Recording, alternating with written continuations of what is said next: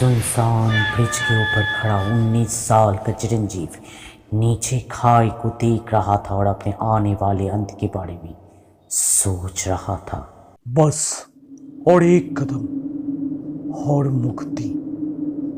मुक्ति सब चिंता से, मुक्ति सब परेशानियों से, मुक्ति सब जिम्मेदारियों से। प्रॉब्लम खत्म हो जाएगा और मैं एक चैन का नींद सो पाऊंगा हमेशा हमेशा के लिए। उसने अपना दायां पैर उठाया और अपने जीवन के आखिरी कदम लेने लगा कि अचानक एक आवाज पहाड़ों को चीरता हुआ उसके कान में बज उठा। रुक जाओ, आत्महत्या मत करो। घबरा के चिरंजीव अपना कदम रोक लिया। सांसें जोरों से चलने लगा उसके अंदर और दिल धड़कने लगा। धीरे से पलटा और अपने चारों ओर देखने लगा चिरंजीव।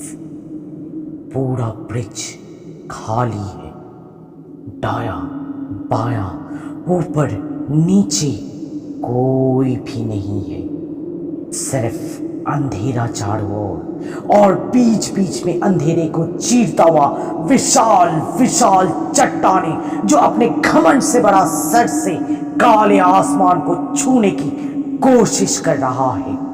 और इन सब के बीच है कोहरा जो ना चट्टानों का गहराई देखने दे रहा है, ना उसका ऊंचाई, ना ही वो छोटी सी टॉय ट्रेन का ब्रिज जिसके ऊपर चिरंजीव खड़ा है। बस अपने मौजूदगी से ऑलरेडी ग्लूमी एटमॉस्फेयर को और भी मिस्टीरियस और डरावनी बना रही है। चिरंजीव वापस पलट के फिर से कंसंट्रेट करने लगा। उसके पास सुसाइड के अलावा और कोई रास्ता नहीं है बचने का।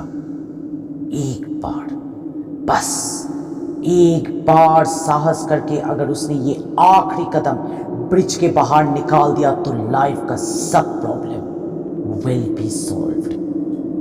ये सोचकर चिरंजीव फिर से दायां पैर उठाया और शून्य में रखने ही वाला था कि फिर से रुक जाओ, आत्महत्या मत करो।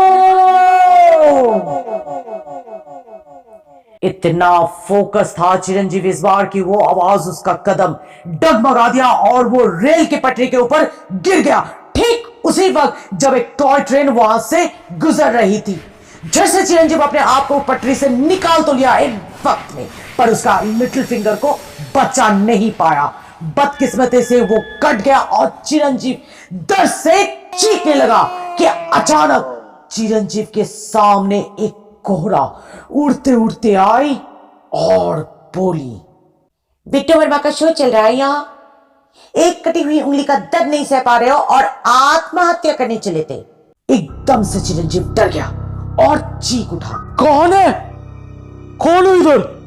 कोहरे में से धीरे धीरे आग निकलने लगी और एक लड़की का आकृति में रूपांतर हुई। कुछ ही सेकंड में चिरंजीव के सामने खड़ी थी एक बेहद ही खूबसूरत लड़की दुल्हन के पहनावे में। इंस्टिंक्टिवली चिरंजीव अपने हाथों को अपने चेहरे से ढककर चीख उठा, मुझे मत मारो, मुझे मत मारो, मैंने कुछ नहीं किया। वो भूत हंसकर बोल उठी, पक्का यकीन हो गया है, बिट्टू वर्मा का लाफ्टर शो ही चल रहा है। क्या मुझे मत मारो, जबकि तुम अभी अभी सुसाइड करने वाले थे। अगर मैं तुम्हें ना रोकती तुम तो अब तक मेरे जैसे भूत बन चुके होते। चिरंजीव धीरे से अपना हाथ चेहरे से नीचे करके बोला, तुमने मुझे बचाया, पर क्यों? क्योंकि नंबर 1 आत्महत्या करना पाप है। नंबर 2 ये छोटी सी ब्रिज 2 भूतों के लिए कम है। नंबर 3 6 सालों में पहली बार एक इंसान मिला जो मुझे सुन और देख सकता है। आखिरी का सेंटेंस बोलते बोलते लड़की का भूत थोड़ा भावुक हो गई। चिरंजीव को समझ में आ गया कि ये भूत फ्रेंडली है, डेंजरस नहीं।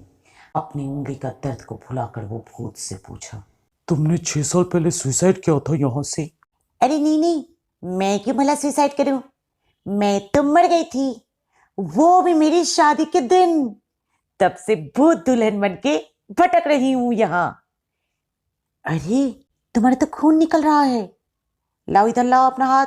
भूत धीरे से अपना उंगली चिरंजीव की उंगली पर रखी और एकदम से चिरंजीव का उंगली ठीक हो गया। अपनी उंगली को वापस पाकर चिरंजीव पूरा चौंक गया। तुम तो अच्छी भूत हो, हंसती हो, हंसाती हो, मरने से रोकती हो, और सबसे बड़ी बात, ट्रीटमेंट भी करती हो। क्यों ना हो, मैं बिट्टू वर्मा का शो जो देखती थी मरने से पहले। अब वो शो उसके असली नाम पे जाने जाते हैं, कपिल वर्मा शो। अच्छा, 6 साल में इतना कुछ बदल गया?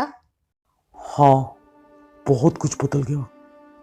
फोन में अनलिमिटेड टॉक टाइम और डेटा आ गया, पेट्रोल और ज़रूरतों का सामान का कीमत बढ़ गया, बैंक का इंटरेस्ट कम हो गया, गैस का कीमत 1000 क्रॉस कर लिया, कोरोना महामारी फैल गया, ऑक्सीजन की कमी से सैकड़ों जानें चली गई, और उनके पीछे उनके परिवार वाले आज जिंदा रहने के बजाय मौत का कामना करने लगे।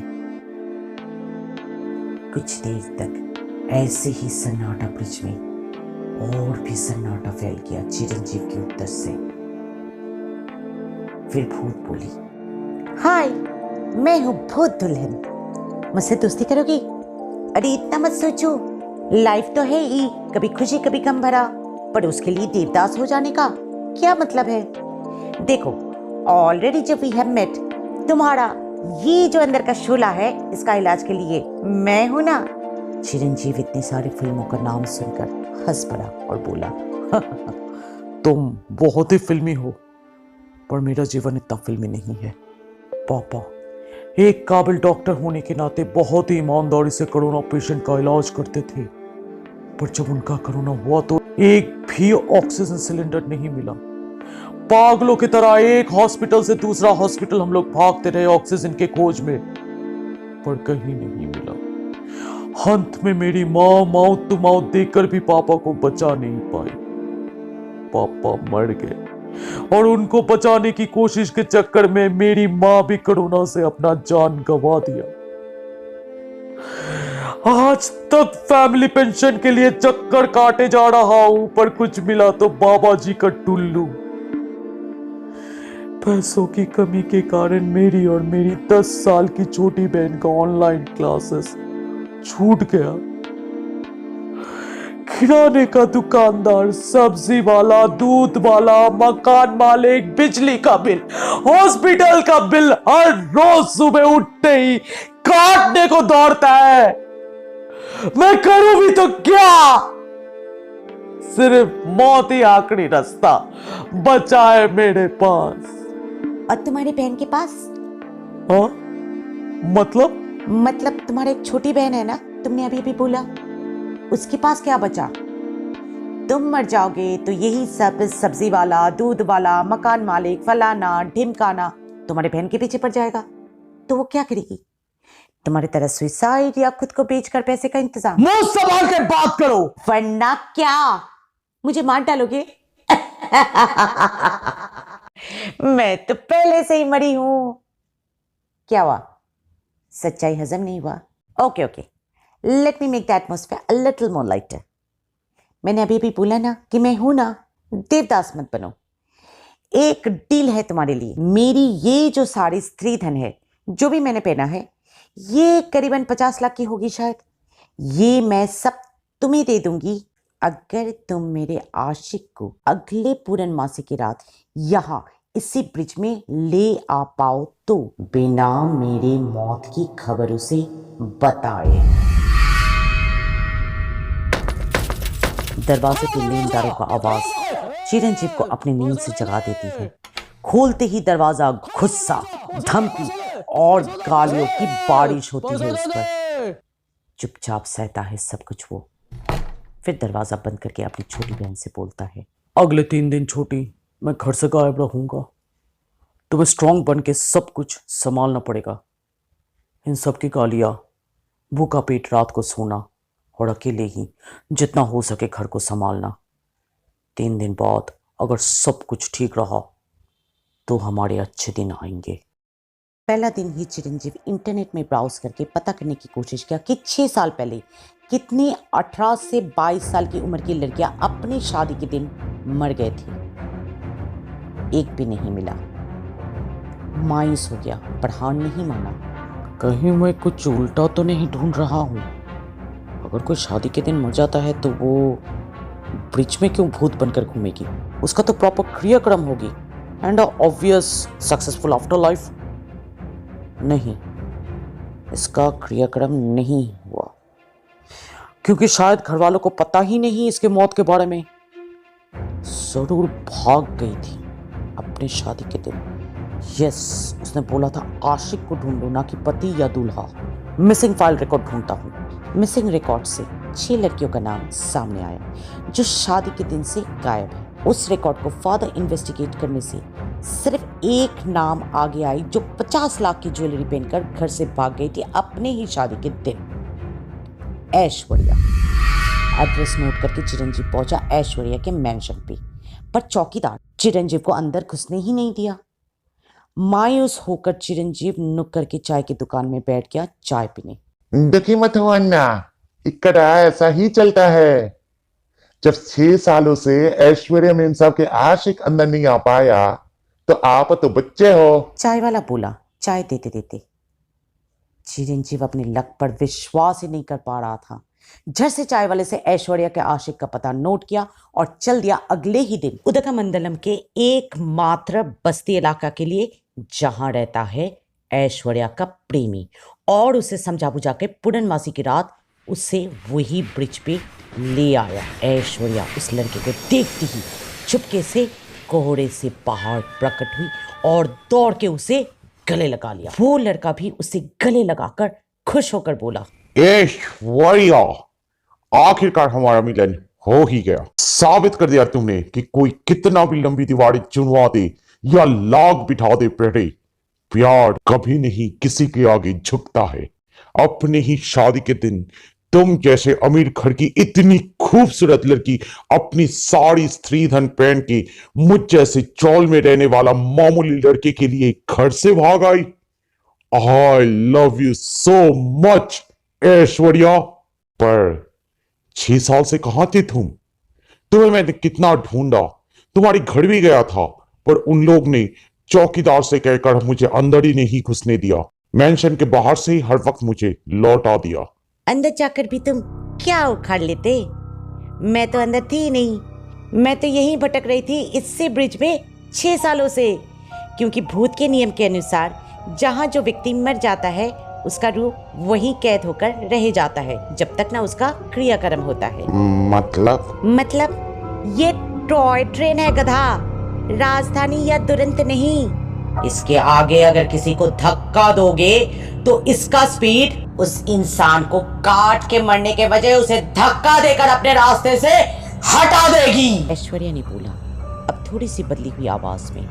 यानी अगर मैं यही कट के मर जाती तो मेरा सारा जेवर तुम्हारा हो जाता, पर मैं तुम्हारे दुर्भाग्य से और चिरंजीव के अच्छे भाग्य से ब्रिज के नीचे खाई में पहाड़ों में गिर गई और तुम मुझे कोहरे के कारण ढूंढ ही नहीं पाए। अब तक ऐश्वर्या का आवाज पूरी तरह बदल गई थी और साथ ही साथ उसका खूबसूरत चेहरा भी एक भयानक दिखती हुई भूत का आकार धारण कर लिया था। ऐश्वर्या पीछे पलटी चिरंजीव की तरफ और फिर मिलेंगे इसी ब्रिज के तले बोलकर अपने बेवफा आशिक के साथ ब्रिज से नीचे कूद गई। सुबह की किरणें धीरे धीरे आसमान में छा रही थी। चिरंजीव कोहरे में अपना रास्ता ढूंढते ढूंढते ब्रिज के नीचे खाई में आ पहुंचा। थोड़ा सा झाड़ियों को हटाते ही दिन के उजाले में नजर आया एक 50 लाख का जेवर पहना कंगाल। कहानी अगर अच्छा लगा तो दोस्तों के साथ शेयर कीजिए, चैनल को सब्सक्राइब कीजिए, लाइक कीजिए एंड टेक केयर।